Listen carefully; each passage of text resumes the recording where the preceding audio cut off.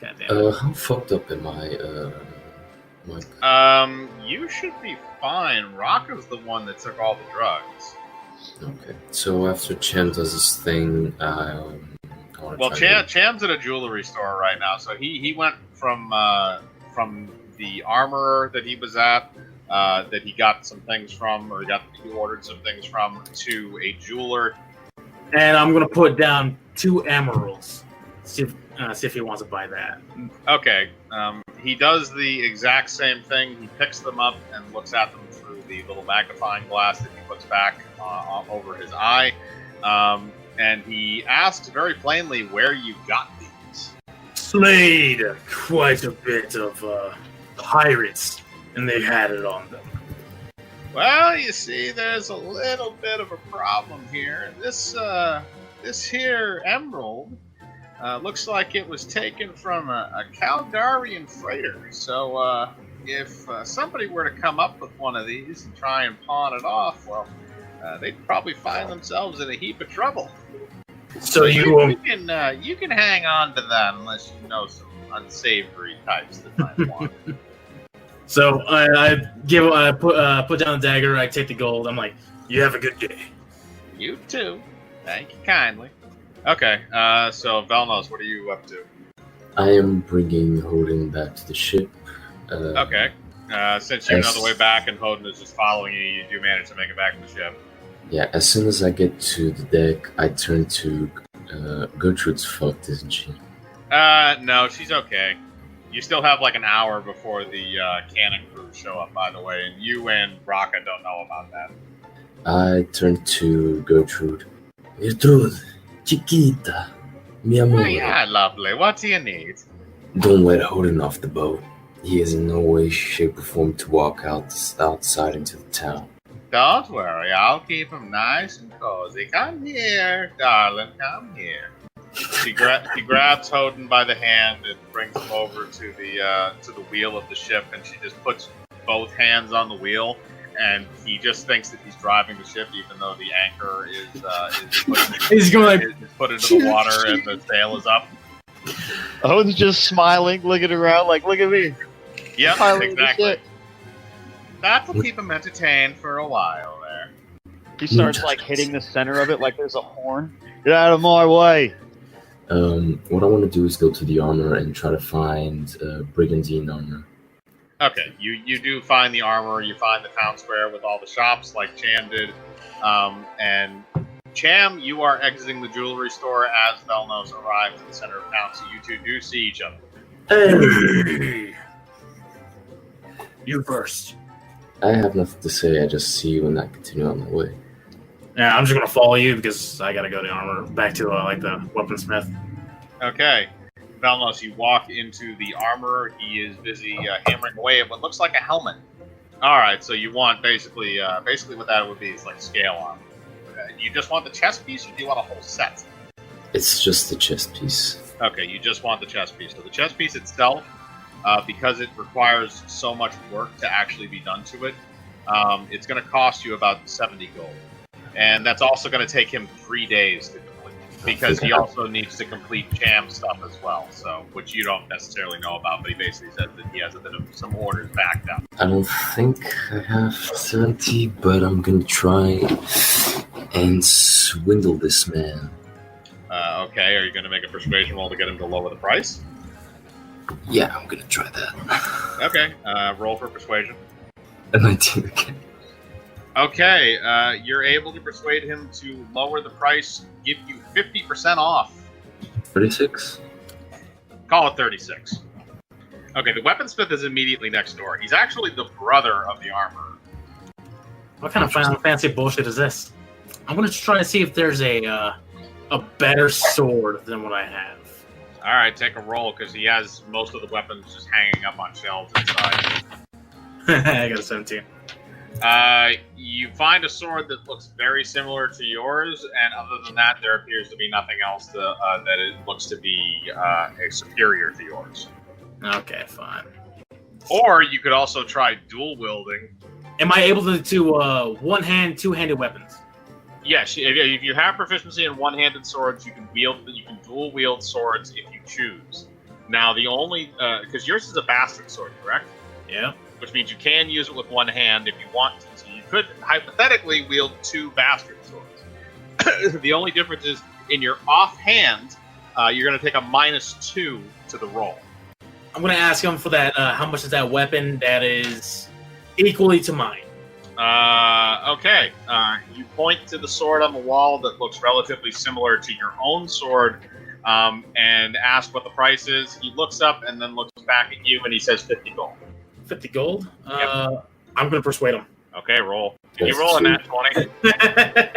Rolled a nat 20, didn't you? He says that if you can beat him in a duel, you can get the sword for free. Beat him in a duel? Like, what kind of duel? A duel with swords, with training swords. I That's agree. the deal he offers you. So he gives you a sword. He gives you the choice if you want a 2-handed sword or a 1-handed sword. Okay, you take the 2-handed sword. He also takes one. So the armor smith basically takes off his blacksmith's apron, and you see that he is absurdly jacked, like to your level jacked. And he picks up the wooden sword and he swings it around with ease. So he is ready to have combat. So you guys are gonna have to roll initiative. I got a 19. All right, he got a 7, so you're gonna go first. All right, I'm going to hit him. I got a 15. Okay, that does hit. That is a 3. Okay, so he takes 3 damage. You nail him right in the shoulder. So his arms kind of numb a little bit. You smashed him right there in the shoulder with that wood piece right on the bone. So he's probably gonna have a nice bruise there tomorrow. So now it's his turn. He rolled a 12, which now that you have your advanced AC is not going to hit you. So it is your turn again. 15 again. It hits again. And it's a 3 again. Okay, you hit him again with another 3.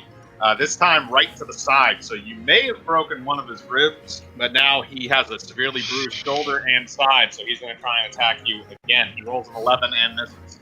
I rolled a 14. 14 will hit. I rolled a 4.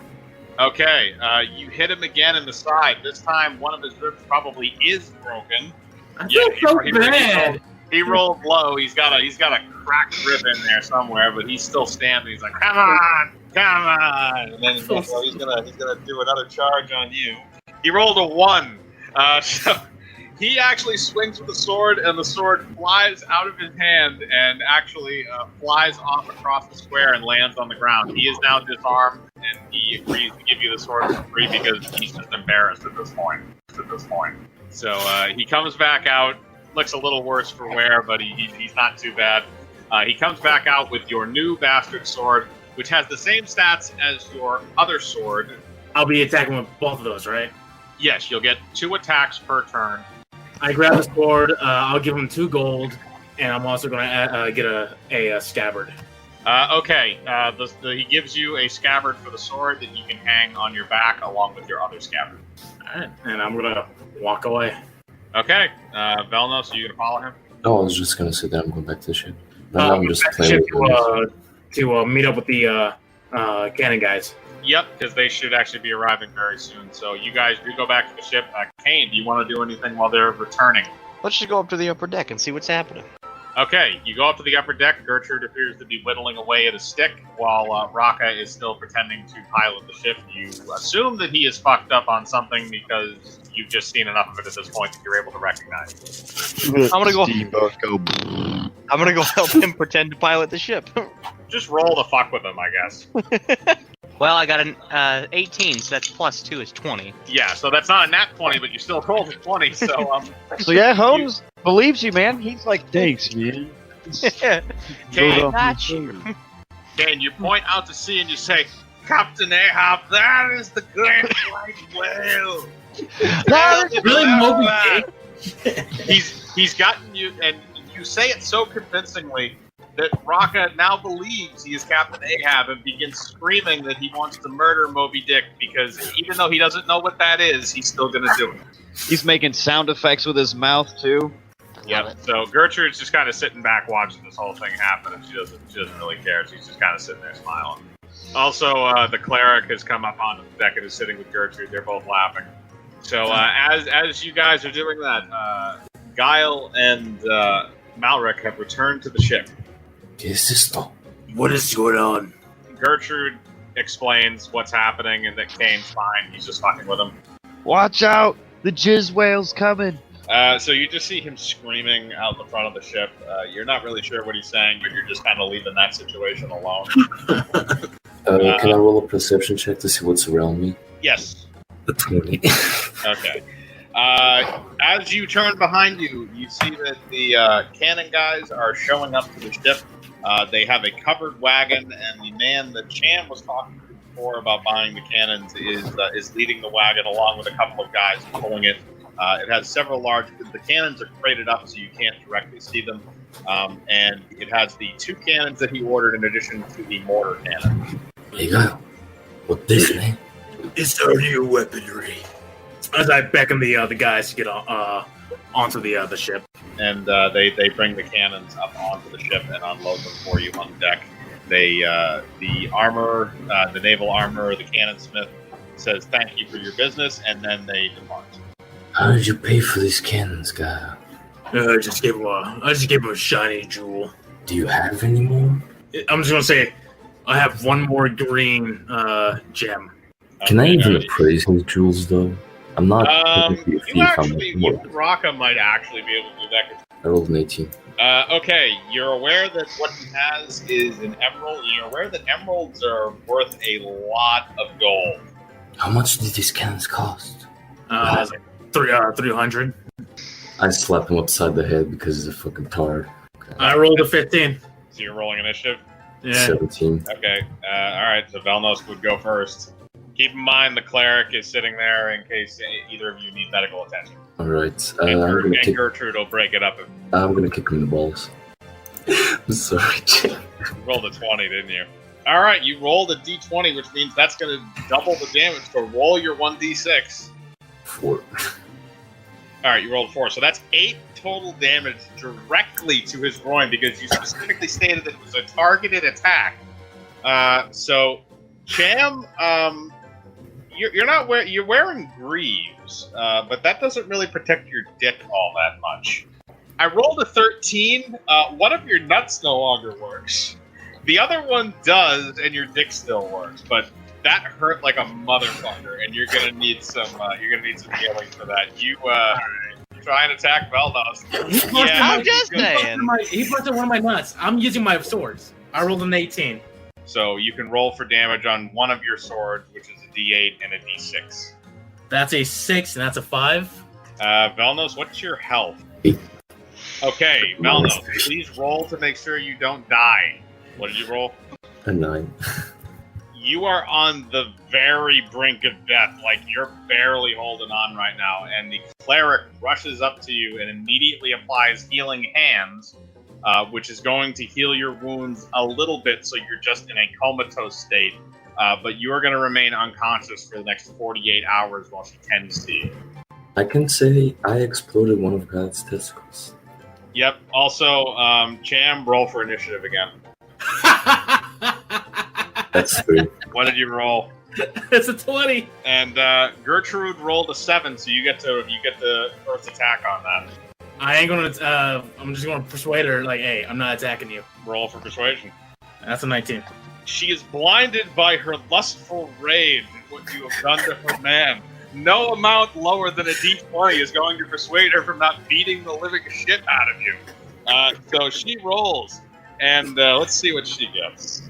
She rolled a 17, so she's going to strike you in the face with all of her might, which is going to be a full D8 roll. She's putting all of her strength into it. She rolled an 8. All right, how much health do you have? Got 3. God! After the nut explosion? Well, it's a blunt force blow, so it's not going to actually kill him. But she knocks you literally off your feet.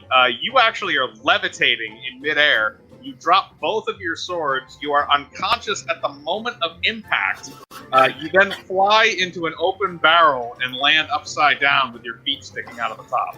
And you also are severely bruised, and you still have the blown-up testicle, which, unfortunately, the cleric can only use her healing hands currently right now on one person, and that is going to be Velnos. So you're going to have to live with that blown-up testicle for a little while. So, all right, so Malric, you are unconscious. Cham, you are unconscious. Kane and Rocky, you are both still awake. and Hoden, who is still fucked out of his mind. By the way, I'm going to make a roll for that. You are going to be fucked up for the next 3 hours. Now that that's taken care of, why don't we, Kane, unless you want to do something, we could probably call that an in-game night, and then go to the next day, or next couple days later, because everybody's still going to be recuperating.